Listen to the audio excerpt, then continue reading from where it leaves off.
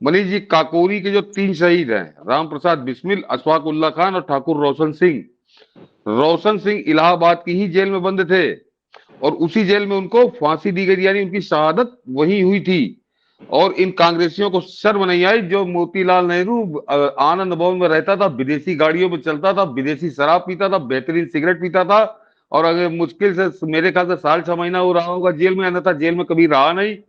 उस आदमी के नाम पर उस जेल को ढहाकर इन्होंने मोतीलाल नेहरू के नाम पे मेडिकल कॉलेज बना दिया। और उससे भी ज्यादा शर्मनाक यह है मनीष जी कि उस अस्पताल में एक वार्ड तक रोशन सिंह के नाम से नहीं बना। जो जो ठाकुर रोशन सिंह की शहीद स्थली थी वो जेल, वहीं पे उनको फांसी दी गई थी और वो अमर हैं।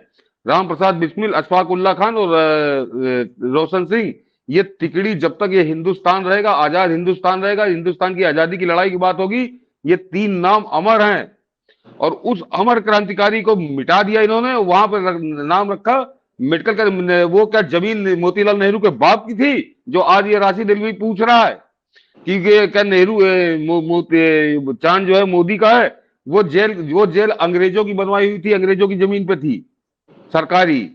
तो मोतीलाल नेहरू को क्यों रखा गया? और उसके अलावा मनीष जी, उसी उसी इलाहाबाद में स्वरूप रानी नेहरू के नाम से, यानी मोतीलाल नेहरू की बीबी के नाम से अस्पताल, कमला नेहरू के नाम से अस्पताल, कमला नेहरू, नेहरू की बीबी, उसके नाम से शिमला में, भोपाल में, बेंगलुरु में, चेन्नई में, कम से कम 1 दर्जन शहरों में सरकारी अस्पतालों का नाम कमला नेहरू के नाम पे है।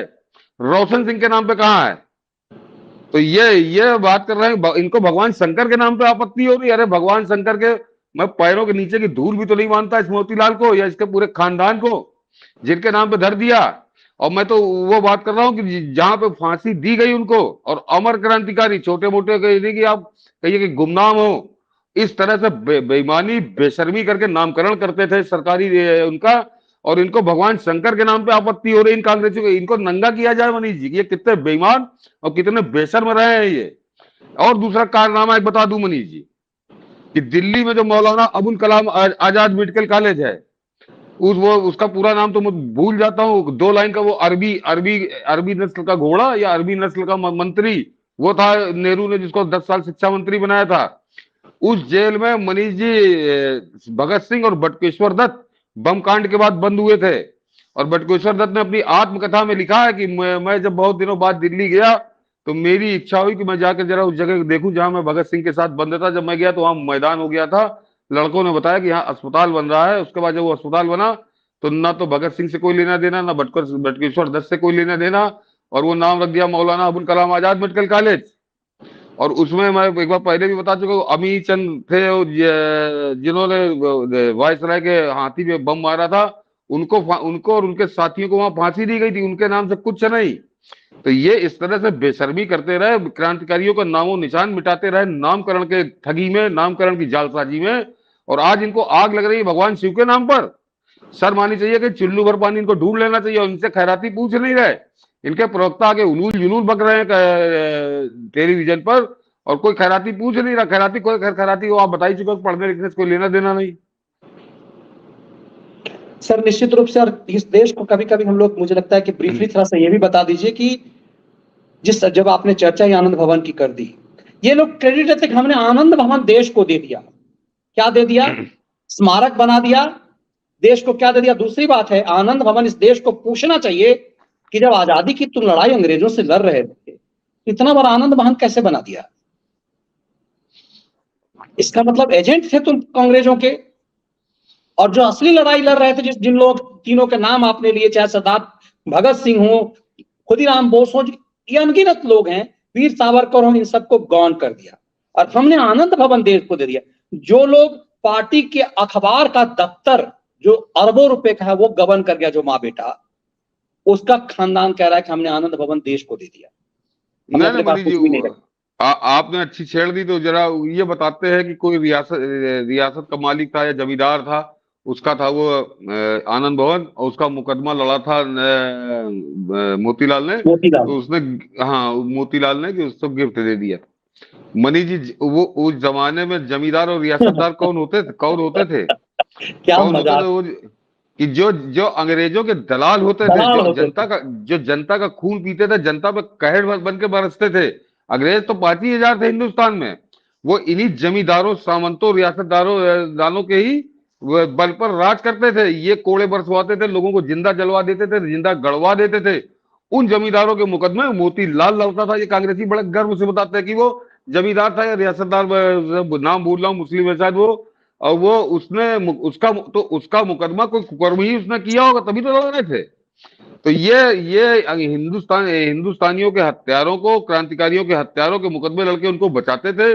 उसमें ये खैरात पाए थे आनंद भवन। और मनीष जी, इस देश के साथ पिछले आजादी मिलने के बाद पिछले 76 साल से एक लगातार ठगी हो रही है कि आनंद भवन दान कर दिया था। दर्शकों से कहूंगा जरा गौर करिए। प्रियंका गांधी इलाहाबाद जाएगी तो आनंद भवन में रुकेगी, राहुल गांधी जाएगा तो आनंद भवन में रुकेगा, सोनिया गांधी जाएगी तो आनंद भवन में रुकेगी। इनका पूरा हेडरूम बेडरूम सब कुछ वहां पर है।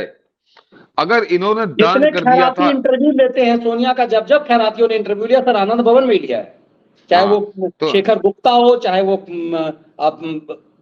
फुन्नी कटवाया हुआ वो क्या नाम है वो सरदेसाई हो। हाँ, नहीं तो ये केवल गांधी परिवार ही कैसे आनंद भवन में उसको रुकने की परमिशन है। वहां पर रुकने की परमिशन योगी आदित्यनाथ को क्यों नहीं है?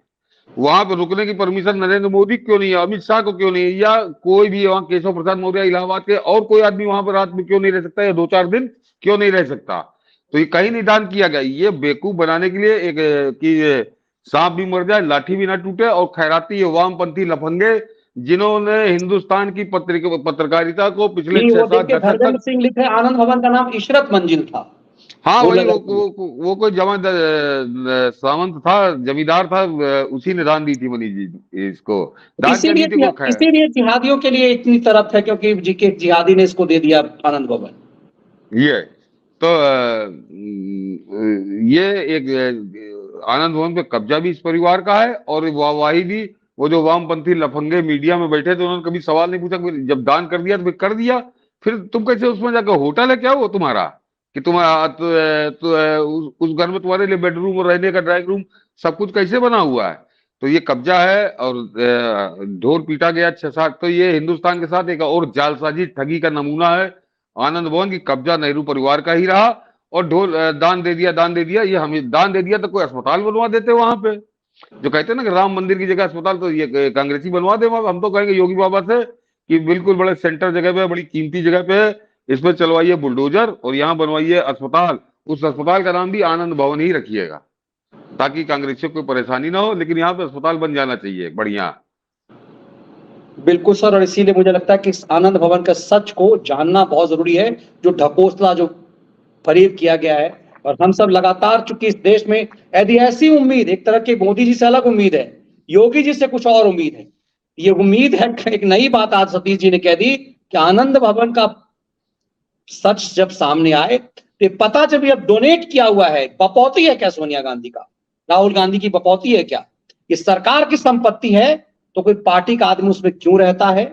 इसके ऊपर जो बुलडोजर की बात कर रहे हैं, किस एंगल से हो सकता है, सरकार को जरूर देखना चाहिए। और मैं बार बार क्यों, आज मुझे बहुत पीड़ा है सर कि मुझे लगता है खैराती कुमार की गिरफ्तारी, उसे डिटेन करके उससे पूछताछ करना चाहिए।